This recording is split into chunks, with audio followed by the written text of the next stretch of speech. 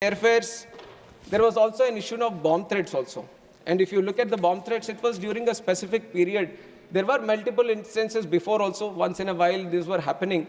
But from 10th October to 24th November, there was sudden surge and so many threats happening on the social media, especially on Twitter, and some were through calls and all.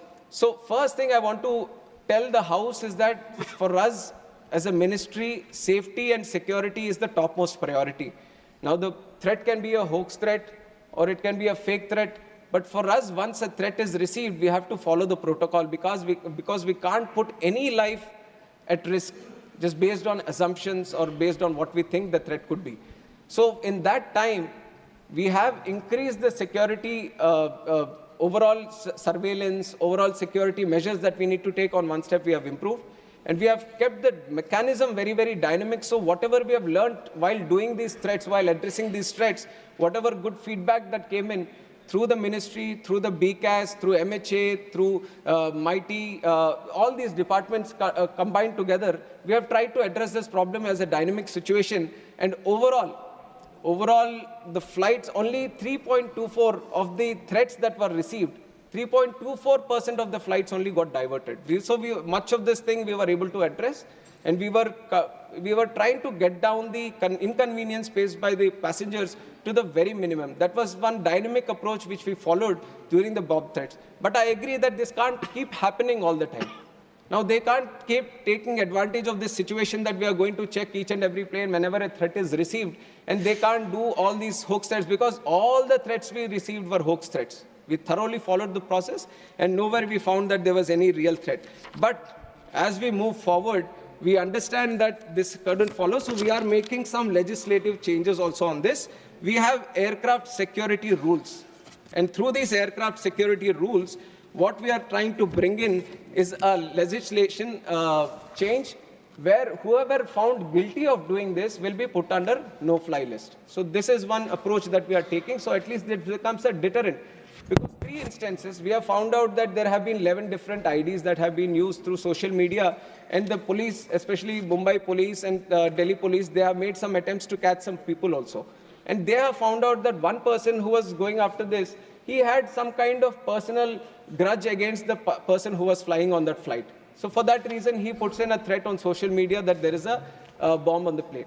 So with these kind of using it for very petty pranking styles or just not understanding the whole seriousness about the air travel and the security that we follow, we don't want people to step into that direction of using the aviation sector as doing for these pranksters. So to put a deterrent, we are changing the aircraft security rules and making the no-fly list for these people who do these kind of activities. And also there is another act. Now people have mentioned, why don't you put it in this act also? But under the civil aviation, we have another act, which is the Swastika Act, Safety Suppression of Unlawful Acts Against Safety of Civil Aviation. This is another act which specifically deals with these offenses and unlawful activities regarding the plane.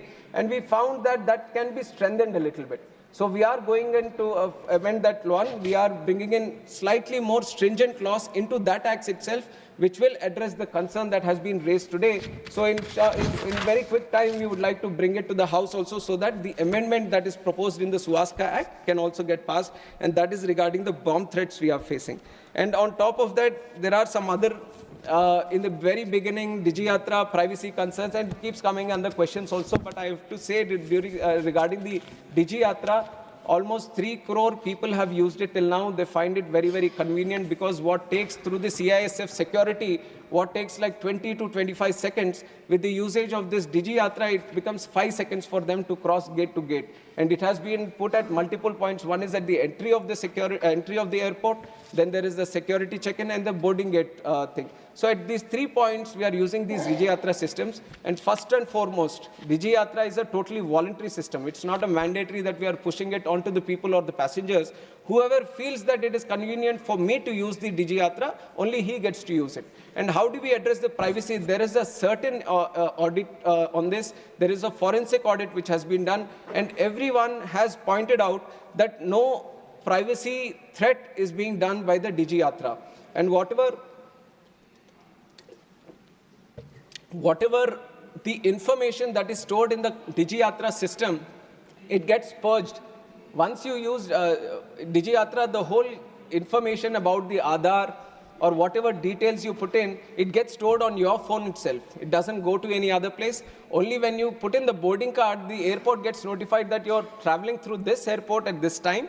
So within a stipulated time, the information goes to the airport so that when you reach the gate, the airport has that information. And once you cross and once you've traveled from that airport, the data gets purged in itself. So there is no place which stores all your data. And if there is a data threat that needs to happen, all the people who use Digiyatra, all the phones need to be hacked. Now 800, so many phones, whoever Digiyatra is using, they all need to be hacked consistently. But otherwise, there is no one place where all the Digiyatra systems get, the data gets stored. So there is no privacy concern in that. And I would like to start also by addressing the elephant in the room, which is about the name of the act, Bharatiya Vayuyan Vidhayak. I also understand that it might be a little difficult thing to pronounce for a lot of people. गले में अटकता होगा ये, पर कोई शर्मिंदा की बात नहीं है इसमें. कोई ये ऐसे वो शर्मिंदा होने की कोई बात नहीं है. This is something you have to know the intention with which the government has put this name. That is ये है कि भारत की जो विरासत है, संस्कृति है, जो पहचान है, उसको दिखाने की, दर्शाने की एक प्रयत्न ये 3 वर्ड अभी रखने की है. इसमें कोई कॉन्स्टिट्यूशनल वायलेशन कहीं पे भी नहीं है. जो भी आर्टिकल्स मेंशन किए गए हैं उसका कोई भी कहीं पे भी उसका अपोजिशन या कुछ किया नहीं है. One of them is article 348(1) has been mentioned, which is about the authoritative text. That is definitely in English, it is there. And also the bill is, it's been mentioned about Article 120, but that also there is no violation about it. And the official language act also, it is in accordance with it. So there is no point of constitution, but there might be a feeling that something has been imposed. And I also am a very proud Telugu person. I speak Telugu language, I write Telugu language, and I am proud of my culture and my upbringing. So, you might be questioning, you are a Telugu person, how can you allow this kind of this thing? अरे हमारे तेलुगु में भी भारत तो भारत ही बोलते हैं. वायु is also a Telugu word. So Bharatiya Vayuyan Vidhayak becomes half Telugu for me also. So it is a mixture of all the languages here. It is like everyone coming together, we want to this thing. With the colonialization, there has been a small cocoon that has been developed. And it is, let me reply, sir, I have carefully listened to each and every one. No matter what the allegation is, whatever the suggestion is, I have listened to each and every one, and I'll address the chair. So when this whole colonialization happened, we were created like a cocoon. Now, under the leadership of Honorable Prime Minister Narendra Modi ji, we want to break that cocoon and bring the butterfly out and show the colors of true India, and that is what we are doing here. And this name is a small indication towards it. The text is there in English, so there shouldn't be any problem for any English-speaking person to, in fact, get afraid that there are 3 words here. कभी तो अभी लगेगा कि Copernicus lane है यहाँ पे, किसी के गली में अटकता है तो बदल दे क्या उसको? कॉपरनिकस लेन तो है ही. And my name is Kinjarapu Ram Mohan Naidu. And when some people say Kinjarapu, there might be some problem with them. They can't pronounce it the way I pronounce it. But that doesn't mean that I'll change my name so that it becomes easier for them. ये तो मेरी पहचान है. और उसी तरह अभी शायद ये 2 बार बोलने से 3 बार बोलने से थोड़ा मुश्किल होता होगा. But India has gotten used to so many things, sir. I think they will get used to this one also. Bharatiya Vayuyan Vidhayak is just to create the identity of the languages.